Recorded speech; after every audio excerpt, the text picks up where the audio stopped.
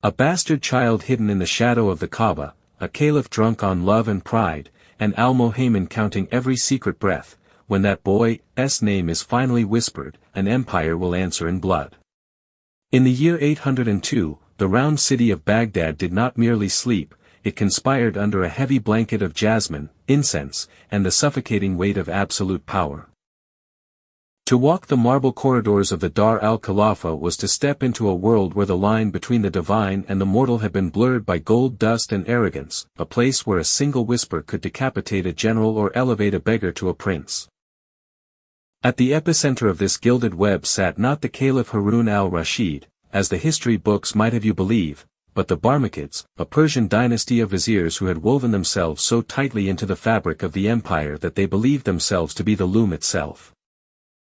Yahya and his sons, Al-Fadl and the mesmerizing, doomed Ja'far, possessed a wealth that made the treasury of Rome look like a pauper's purse, and they moved through the courts with the terrifying confidence of men who have forgotten that they are made of clay.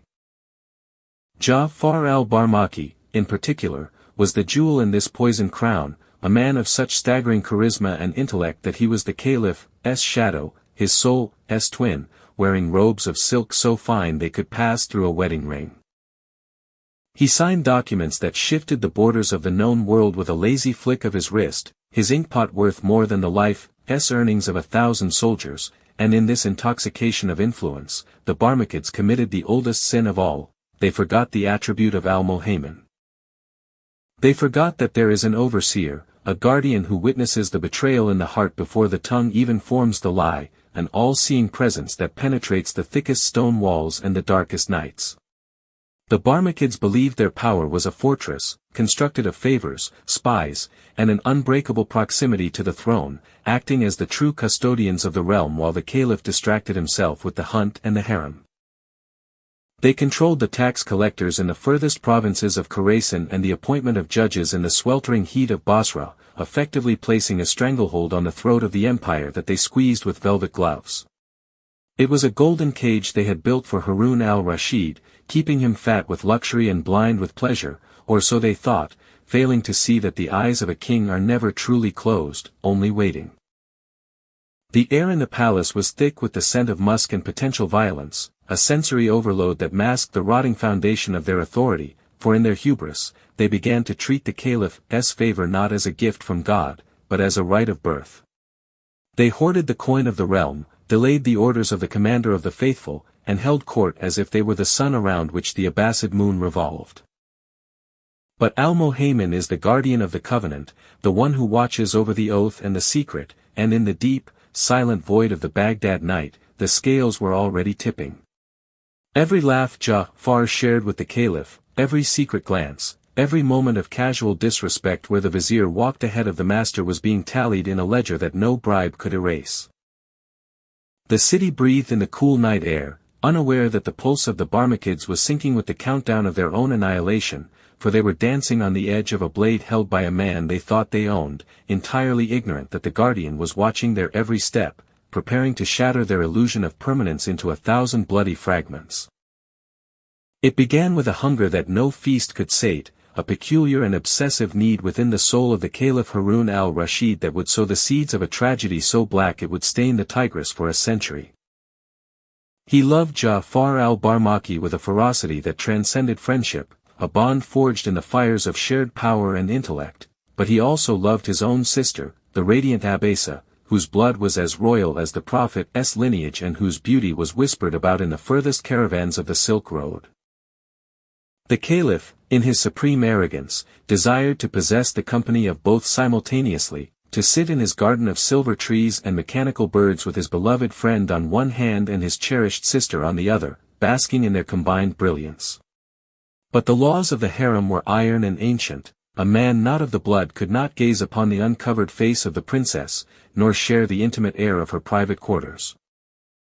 To circumvent the sacred laws of modesty, Harun al-Rashid devised a solution that was as clever as it was cursed, a covenant struck in the shadows that challenged the very nature of human desire. He commanded that Ja'far and Abbasa be wed, but it was to be a marriage of ghosts, a union of eyes and voices only, sworn upon the Holy Quran and the life of the Caliph himself.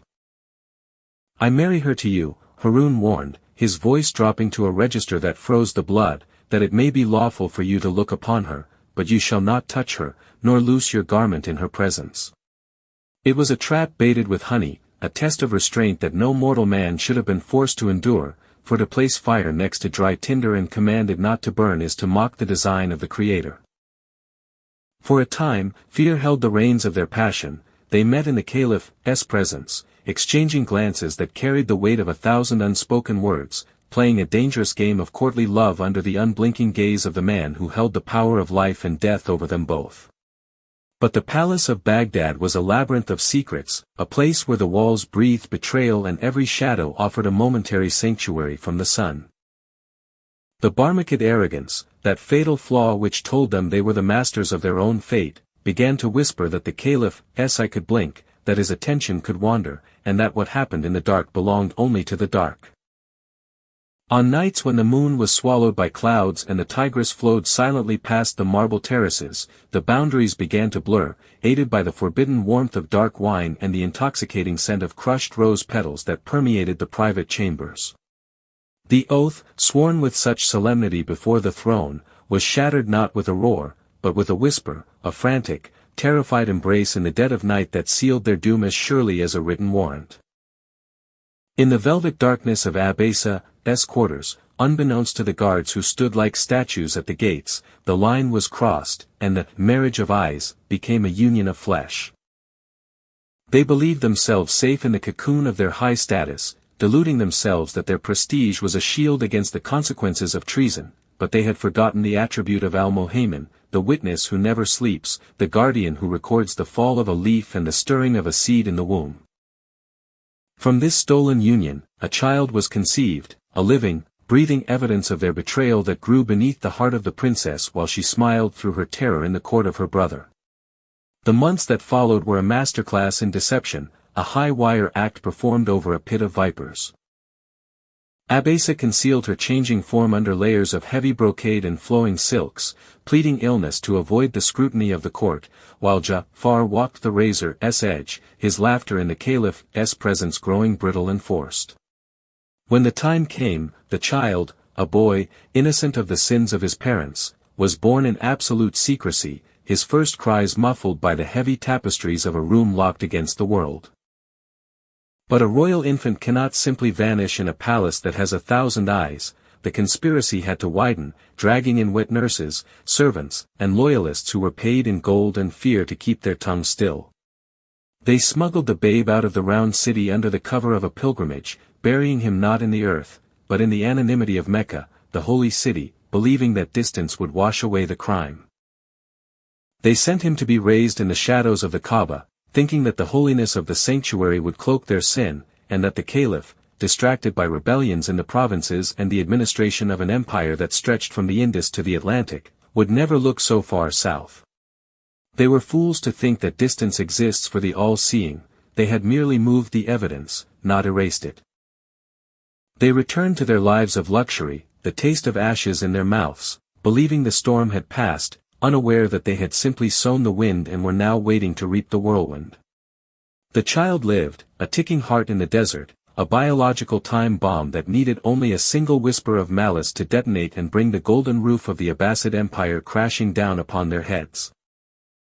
In the treacherous ecosystem of the Abbasid court, a secret is a blade that has no handle. It cuts the one who holds it as deeply as the one it is intended to strike, and the Barmecides, drunk on the vintage of their own invincibility, had left their blade lying in the open. It is the nature of rot to spread in silence before the fruit collapses, and the rot of the Barmecide dynasty began not with a roar of armies, but with the petty, festering grievance of a scorned servant.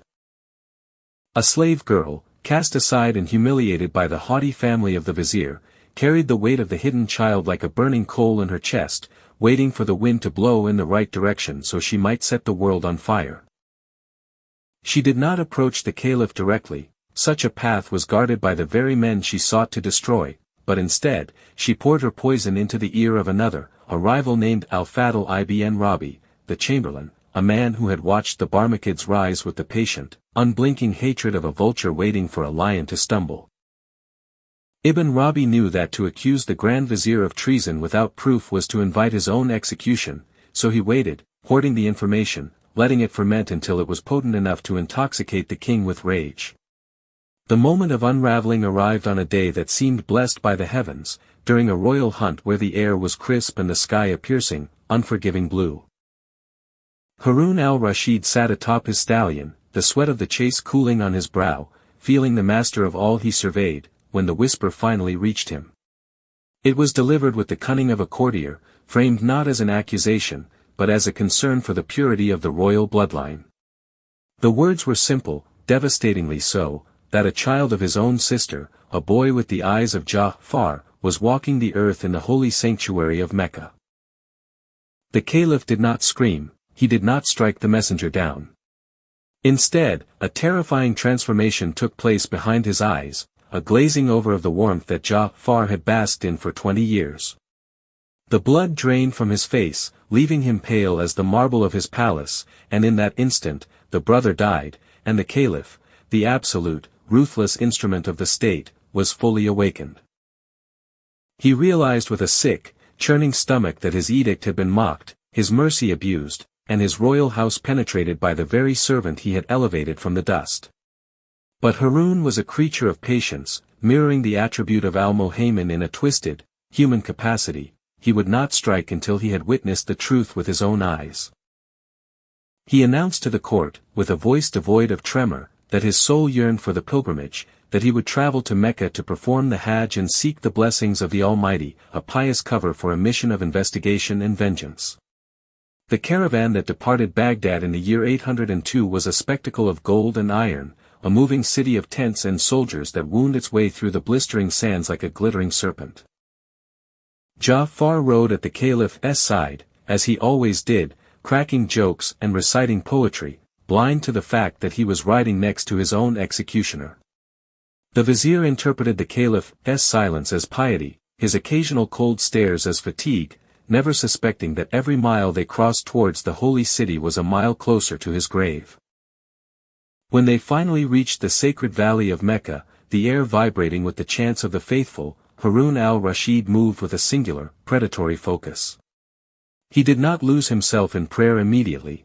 Instead, he dispatched his most trusted spies into the labyrinth of the city, men who answered only to him and whose loyalty was bought with blood, not gold.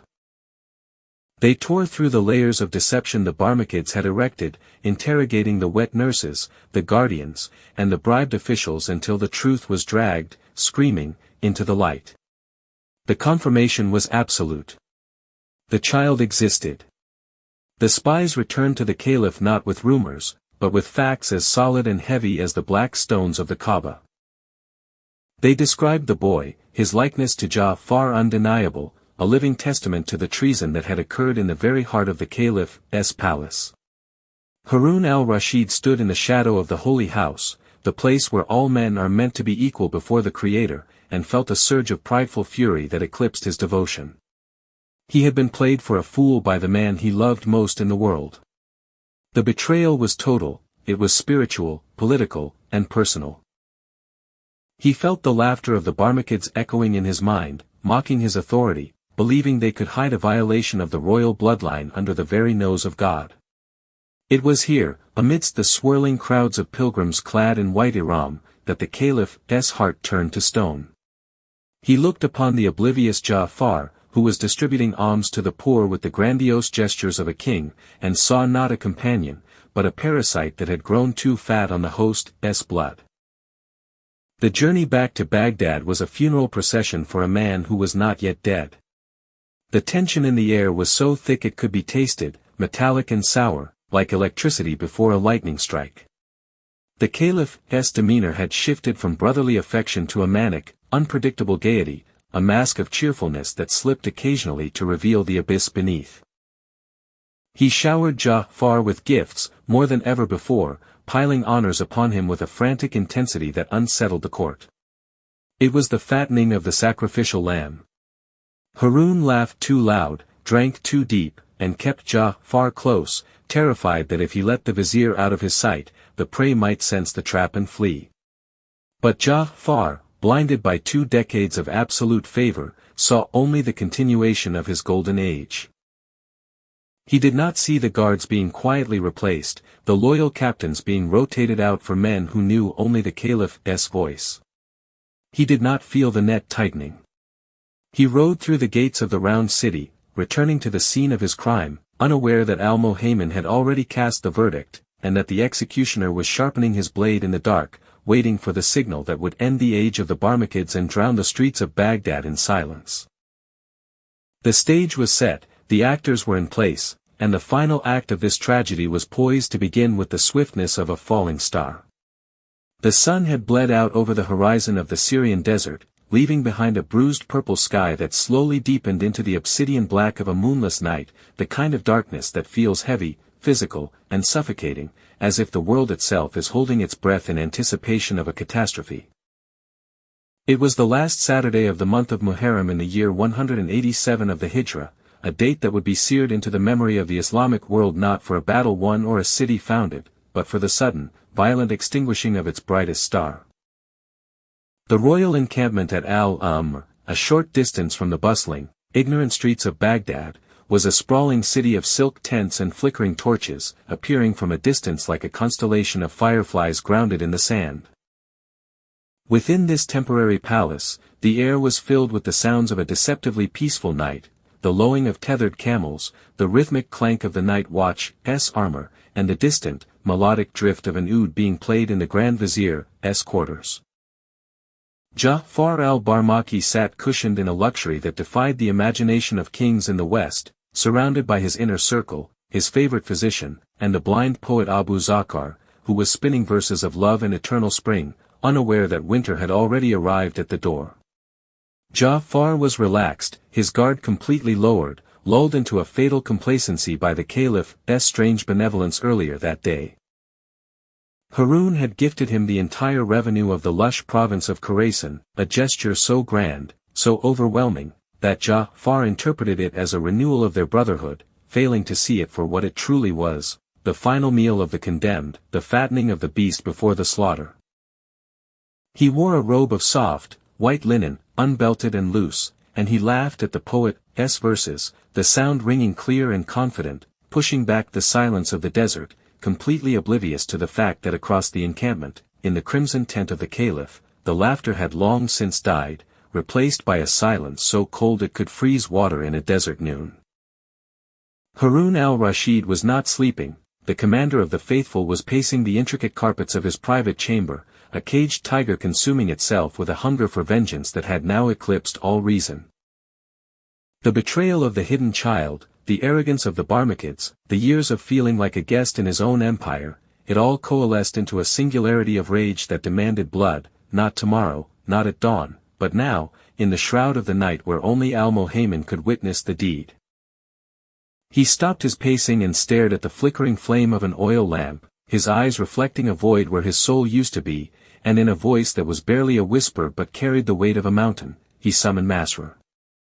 Masrur al-Kabir, the chief executioner, a man of towering height and strength, whose skin was the color of midnight and whose loyalty was as unyielding as iron, entered the tent, his presence swallowing the light. He had served the Caliph and the Barmakids for years, walking the line between them, but tonight the line was being erased. Harun looked at him, his face a mask of terrifying resolve, and uttered the command that would shatter the golden age, "O Masrur, go this very moment to the tent of Ja'far. Do not speak to him, do not let him speak to you. Sever his head and bring it to me before this lamp burns out." The command hung in the air, grotesque and impossible. Masrur, a man who had killed hundreds without blinking, hesitated, his mind reeling at the enormity of the order. To kill Ja'far was not merely to kill a man, it was to tear out the heart of the administration, to murder the Caliph's soulmate. Leader of the faithful, Masrur stammered, his voice trembling for the first time in his life, "Is this the wine speaking, or the king?" Harun turned, his eyes blazing with a cold, sober fire that terrified the executioner more than any scream of rage. "It is the command of God and his Caliph," Harun hissed, clutching his prayer beads so tightly the strings snapped, sending pearls scattering across the floor like spilled teeth. "If you return without his head, by the one who holds my soul in his hand, I will take yours in his place. Masrur backed away, bowing, the cold sweat of dread trickling down his spine, and stepped out into the cool night air, the weight of his scimitar suddenly unbearable at his hip. He walked through the encampment, his footsteps heavy and rhythmic, a funeral drum beating in the sand. He gathered a small detachment of the Caliph's personal guard, their faces hidden by visors, their torches extinguished to maintain the element of surprise. They moved like wraiths through the sleeping camp, bypassing the outer perimeter of the Barmecide guards who stood lazily at their posts, assuming the approaching figure of the chief executioner was merely on a routine message from the Caliph. The ignorance of the guards was a mirror of their master's, they saluted death as it walked past them. As Masrur approached the tent of the vizier, the sound of the oud grew louder, a sweet, melancholic melody that clashed violently with the violence about to be unleashed. He paused for a heartbeat at the flap of the tent, listening to Ja'far's voice, a voice he had known for decades, a voice that had commanded armies and silenced courts, now speaking gently to his physician about the humors of the body, unaware that his own body was about to be desecrated. With a sudden, violent motion, Masrur tore open the tent flap and stepped inside, the sudden rush of air extinguishing the candles near the entrance, plunging the front of the tent into shadow while the inner circle remained bathed in the warm glow of the remaining lamps. The music stopped. The blind poet's hand froze over the strings. The physician dropped his cup, the wine staining the expensive carpet like a premonition of arterial spray. Ja'far looked up, his smile fading into a look of confusion, then slowly, dawning horror. He saw Masrur, not as the friend he had joked with earlier, but as the angel of death in human form, standing amidst the ruins of the party with his hand gripping the hilt of his sword. Masrur? Ja'far asked, his voice steady but hollow. What brings the lion of the night to my humble tent at this hour? Does the commander of the faithful require my company? Masrur did not smile, his face was a slab of granite. The commander of the faithful requires your head, he stated flatly, the words falling like stones into a deep well. The silence that followed was absolute, a vacuum in which the world seemed to stop spinning. The guests scrambled back, pressing themselves against the silk walls, their eyes wide with the primal fear of prey in the presence of a predator, leaving Ja'far alone in the center of the space, isolated by his doom. There must be a mistake, Ja'far said, standing up, his hands trembling slightly as he smoothed his robe, attempting to summon the dignity of his office. He is testing me, Masrur. It is a jest. He loves me. We supped together not 3 hours ago. Go back to him, tell him his vizier has learned the lesson of fear. Masrur shook his head slowly, a movement of infinite finality. There is no jest tonight, Ja'far. The book is closed. But Ja'far, desperate and clinging to the fragments of a life that was already gone, fell to his knees, not in cowardice, but in disbelief. I implore you, by the salt we have eaten together, by the years of service, let me go to him. Let me speak to him just once. If he hears my voice, he will remember. If he sees my face, he will relent. Do not kill me on the order of a drunken anger that he will regret with the morning sun. Masrur looked down at the man who had been the second most powerful being on earth, now reduced to a pleading figure in white linen. A flicker of humanity stirred in the executioner's chest. He knew that Harun loved this man, and he feared that if he executed Ja'far and the Caliph woke up sober and grieving, Masrur's own life would be forfeit for obeying too quickly. I cannot let you see him, Masrur said, his voice rough. But I will take you to his tent. I will let you stand outside the curtain. If he hears you and spares you, then praise be to Allah. If he confirms the order, then you will make your peace. Ja'far nodded frantically, tears streaming down his face, not of sorrow, but of the terrifying realization of the fragility of power. They dragged him out of the tent, barefoot and stumbling, the rough sand scratching his feet, a humiliation that burned worse than fire. The guards flanked him, gripping his arms with bruising force, marching him across the dark expanse of the encampment towards the royal pavilion. The journey felt like a lifetime, every step a memory, the games of chess, the hunts, the shared secrets, the oath of the marriage, all of it flashing through Ja'far's mind as he walked toward the man who was both his creator and his destroyer. They arrived at the Caliph's tent. It was silent, a dark monolith against the stars. Masrur halted the guards and pushed Ja'far down into the sand, forcing him to his knees outside the entrance. Masrur then entered alone, leaving Ja'far shivering in the cold night air, straining his ears to hear the verdict of his existence.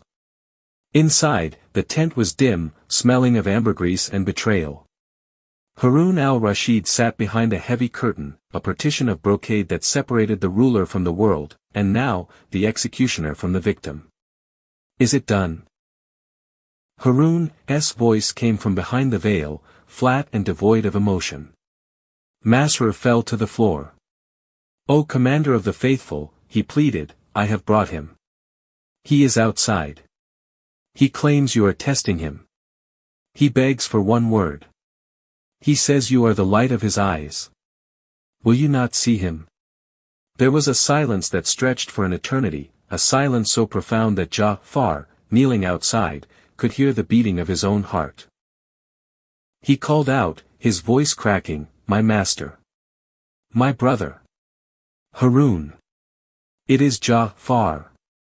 Do not let the whispers of snakes poison the garden of our love. I am your servant."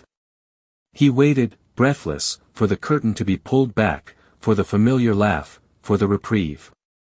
But the curtain remained still. The attribute of Al-Muhaymin is not just to see, but to act with absolute, terrifying sovereignty.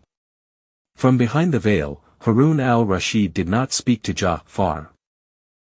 He spoke only to the executioner, his voice rising into a scream of pure, unadulterated fury that shattered the last hope of the Barmakid dynasty. "You have brought him here." Harun roared, the sound like tearing metal. "I ordered you to bring me his head. If you do not bring me his head in the time it takes to blink, I will have yours severed and thrown to the dogs. Go. Strike him down. Now." Masrur stumbled back out of the tent, his face ashen, the terror of the king overcoming the pity for the friend. He looked at Ja'far, who had heard the scream and now knelt in the sand, his body slumped, the energy draining out of him as the realization hit him with the force of a physical blow. There was no test. There was no drunk jest. This was the end. Ja'far looked up at the stars, the same stars that had watched him rise from nothing, the same stars that watched him sign treaties and build palaces, and he whispered the Shahida, his voice trembling. "There is no God but God." Masrur drew his scimitar, the steel hissing against the sheath, a sound that seemed to slice the night air in two. He did not make Ja'far stand. He did not offer a blindfold. He stepped behind the kneeling vizier, raised the blade high above his head, and brought it down with the full weight of the empire behind it. The sound of the strike was wet and dull, a sickening thud that ended the golden age of Baghdad in a single heartbeat. The head of Ja'far al-Barmaki, the most beloved companion of the caliph, rolled onto the sand, the eyes still open, staring blankly at the tent of the man who had ordered his death. Masrur, breathing heavily, grabbed the hair of the severed head, the warm blood soaking his hands, and walked back into the tent to present the grisly trophy to the guardian who had demanded this sacrifice, leaving the headless body in the dirt, a discarded husk of a power that had once thought itself equal to the stars. The silence that followed the thud of the scimitar was not the silence of peace, but the silence of a void, a sudden, violent vacuum where a star had once burned.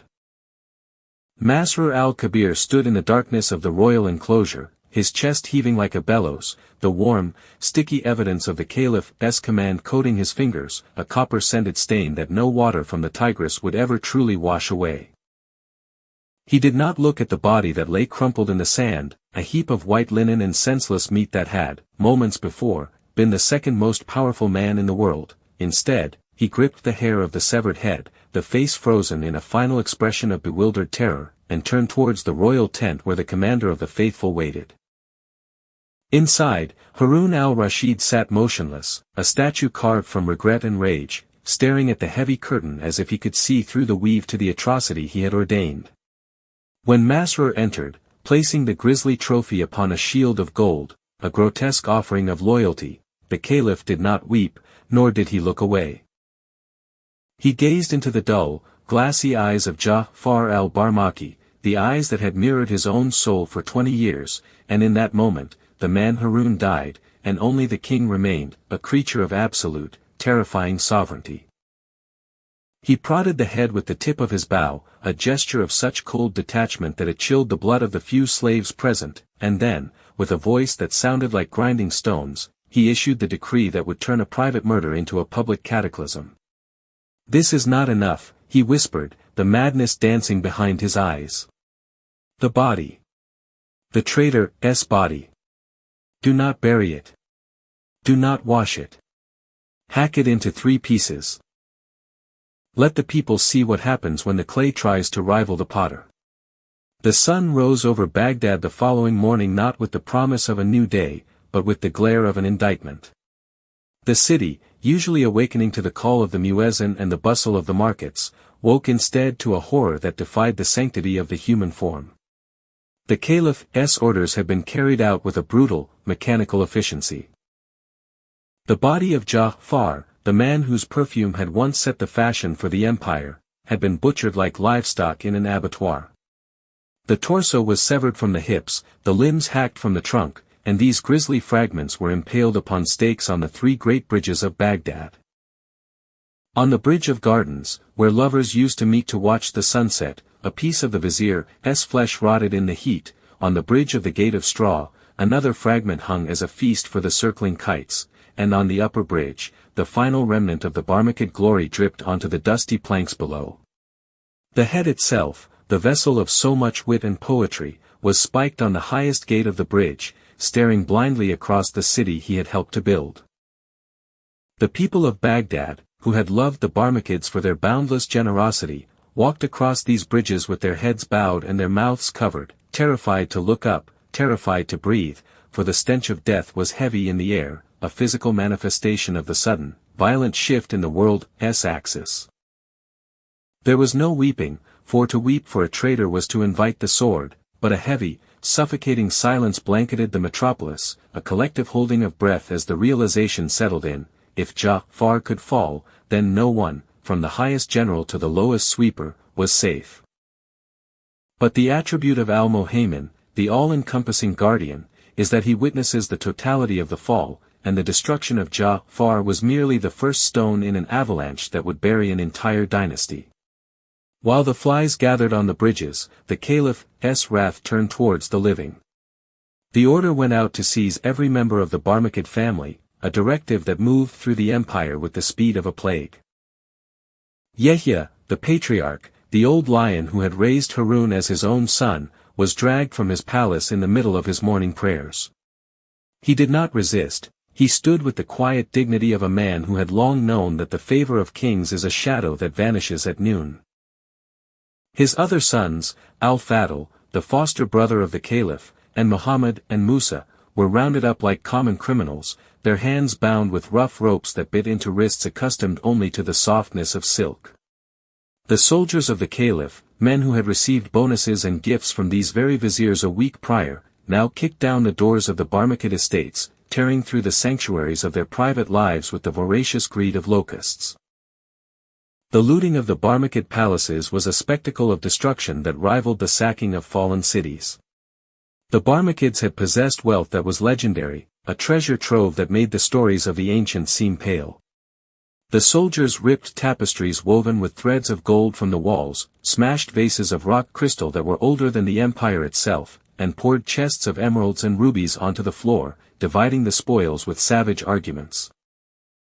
The Garden of Paradise, a marvel of engineering where mechanical trees chirped with silver birds, was trampled into the mud, the delicate mechanisms smashed by the boots of ignorant guards.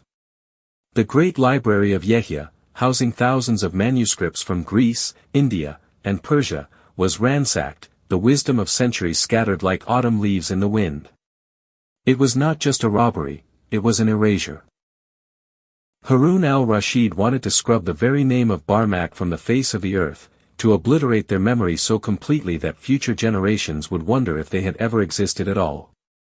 He issued a decree that anyone caught reciting an elegy for the Barmakids would join them in death, silencing the poets who had once sung their praises for gold, proving that loyalty in the court of the Abbasids was a commodity that depreciated instantly upon death.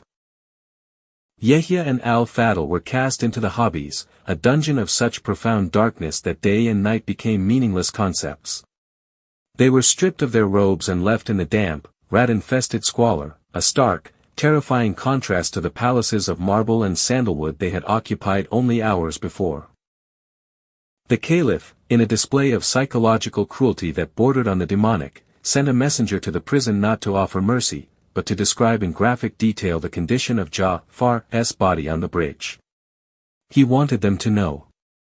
He wanted the father to visualize the ruin of his favorite son, to feel the sharp edge of the blade in his own heart.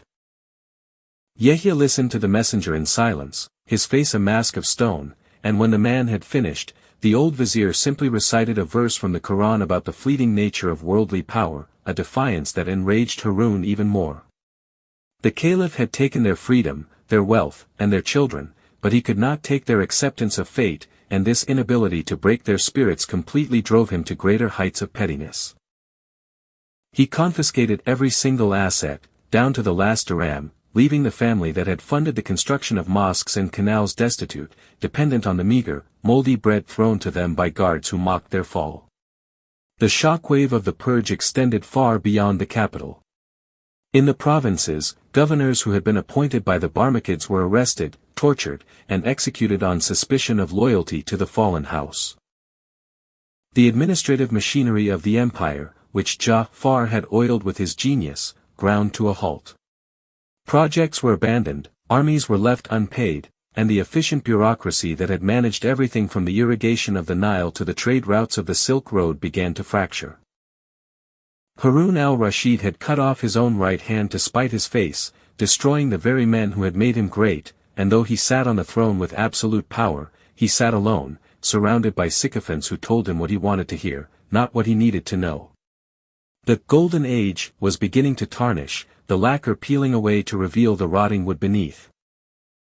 As the weeks turned into months, the body of Ja'far remained on the bridges, a grim sentinel of the Caliph's justice. The skin blackened and peeled under the relentless sun of Mesopotamia, the flesh fell away to reveal the white bone, and still, Harun would not allow it to be moved. It became a landmark of horror, a reference point for the citizens. I will meet you by the vizier's hand, or, it happened near the vizier's skull. The grotesque normalcy of it was the true terror. The people learned to look at the skeletal remains and see not a man, but a message, that the Caliph was the shadow of God on earth, and his wrath was as inescapable as the grave. Yet, in the privacy of their homes, behind locked doors and shuttered windows, the people whispered. They whispered that the Caliph had gone mad, that he was haunted by the ghost of his brother, that he wandered the palace at night talking to empty spaces. They said that Al-Muhaymin was watching, and that such tyranny could not stand forever. The atmosphere in Baghdad had shifted from the vibrant, intellectual hub of the world to a city of paranoia, where a neighbor would denounce a neighbor for a silver coin, and where the silence was heavy with the weight of unsaid things. One evening, a brave soul, or perhaps a foolish one, dared to write a verse of poetry on the wall of a mosque near the bridge where Ja'far's head was spiked. It read, "By God, never did a chaotic fortune give us an example like yours, nor one so high that fell so low." The graffito was scrubbed away by the morning, and the man who wrote it was never found, but the words hung in the collective consciousness of the city. The transformation was complete.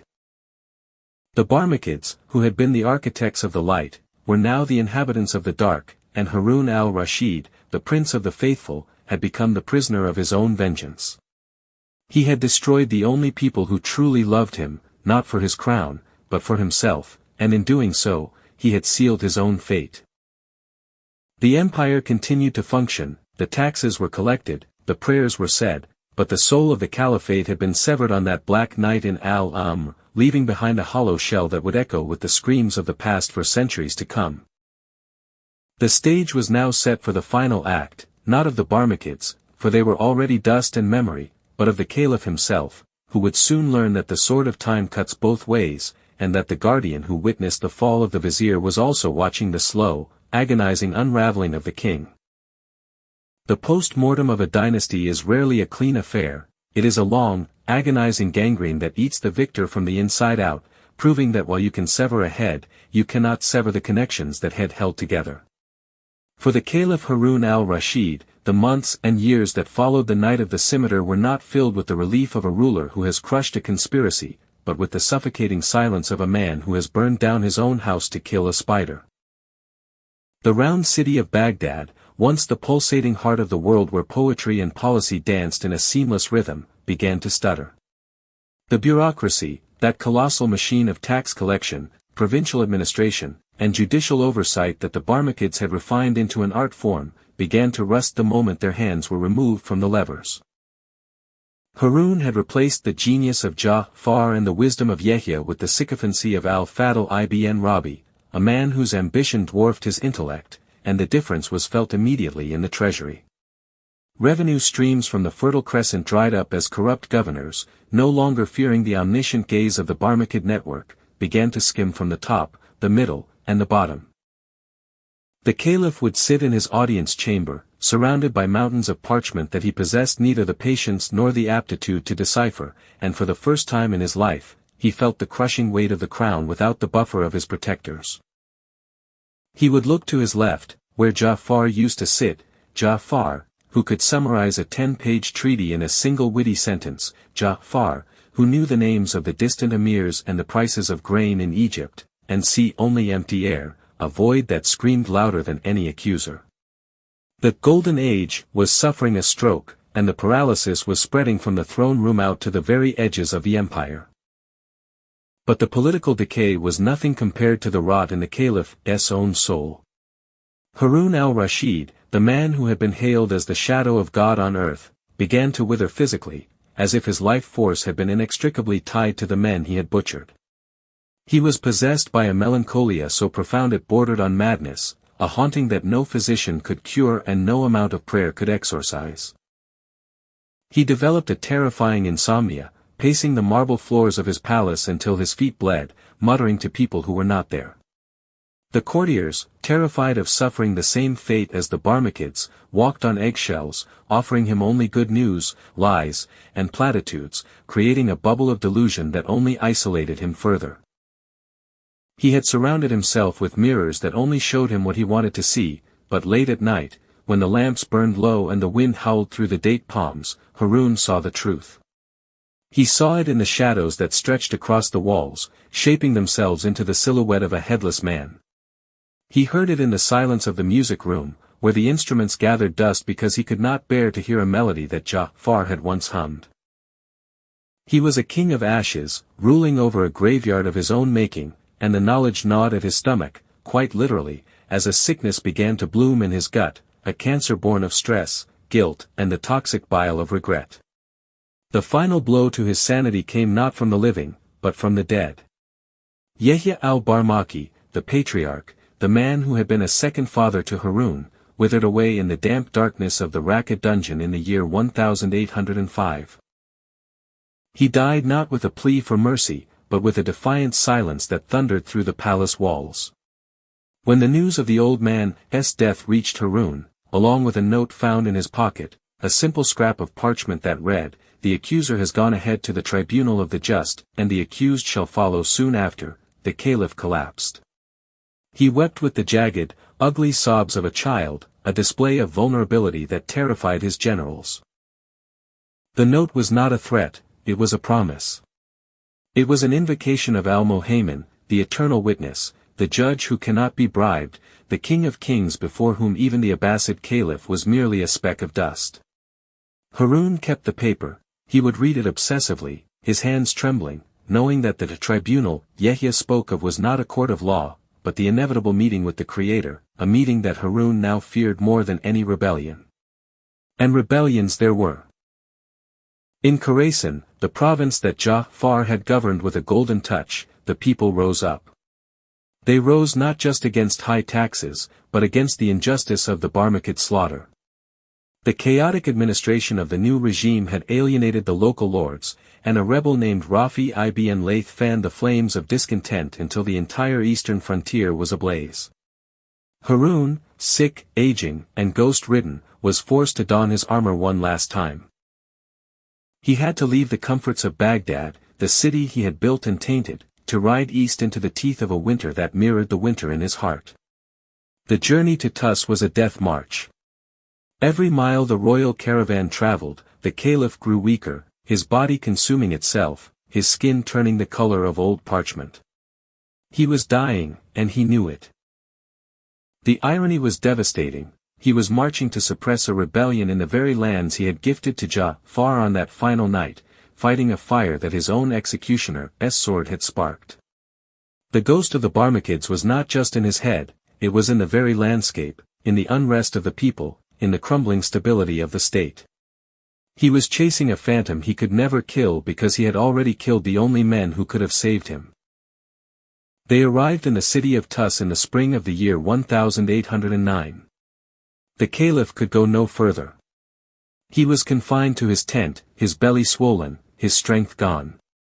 The doctors, the same men who had failed to save the Barmakids from his wrath, now failed to save him from his fate.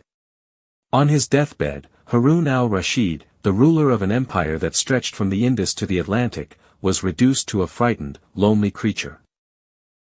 He called for his advisors, looking at them with eyes that were sunken and ringed with the black bruises of sleeplessness. He asked them to dig his grave. He wanted to see it. He wanted to see the hole in the earth where all his glory, all his gold, and all his anger would end. They dug the grave in the garden of the house where he lay, and when Harun looked into the pit, into the red clay of Khorasan, he began to weep again, reciting verses of the poet Abu al-Adhiyah, "We build our homes as if we were immortal, but we are guests who must depart." He looked at the red earth and realized, with a jolt of cosmic horror, that this was the soil of the Barmakids. He had tried to erase them, but he was destined to sleep in their earth, to be swallowed by the same land he had torn from their grasp. In his final moments, the delirium took him. Some say he called out the names of his sons, Al-Amin and Al-Ma'mun, leaving them a divided empire that would soon tear itself apart in a fratricidal civil war, the ultimate legacy of a father who had taught them that power matters more than blood. But others, the ones who stood closest to the pillow, whispered that the name on his lips was not God, nor his sons, nor his kingdom. It was Ja'far. He died with the name of his victim on his tongue, a final confession that the two souls were indeed one, severed only by the tragic blade of ego. Harun al-Rashid breathed his last on the third day of Jamada al-Thani, leaving behind a world that was darker, colder, and infinitely more cynical than the one he had inherited. The Barmakids were gone, their palaces ruins, their bodies dust. Harun al-Rashid was dead, buried in a lonely grave in Tus, far from the jasmine gardens of Baghdad. But the story did not end with their deaths, it was merely codified. The history books, the ultimate arbiters of truth, would record Harun not just as the great king of the 1001 Nights, but as the man who murdered his own golden age. The tragedy became a parable, a dark warning whispered in the courts of viziers and kings for 1,000 years, that absolute power acts like an acid, dissolving the vessel that holds it.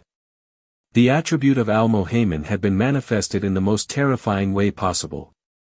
The guardian had watched the rise, the hubris, the betrayal, and the fall, and he had balanced the scales with a precision that was chilling. The Barmakids, in their destruction, achieved a kind of immortality that Harun, in his survival, never found. They became the martyrs of generosity, the symbols of a lost perfection, while Harun became the cautionary tale of a man who cut off his own wings to keep himself from flying too close to the sun. The wind blows over the ruins of Baghdad today, and the palaces are gone, the bridges have changed, and the empire is a memory. But in the silence of the desert night, if one listens closely, one can almost hear the echo of a laugh, a clink of a wine cup, and the rustle of silk, the ghosts of the Barmakids, still dancing in the dark, waiting for the judgment of the only true king, the one who remains when all others have perished. The story is a circle, and the lesson is written in blood: to play God is to invite the devil, and the devil always collects his due.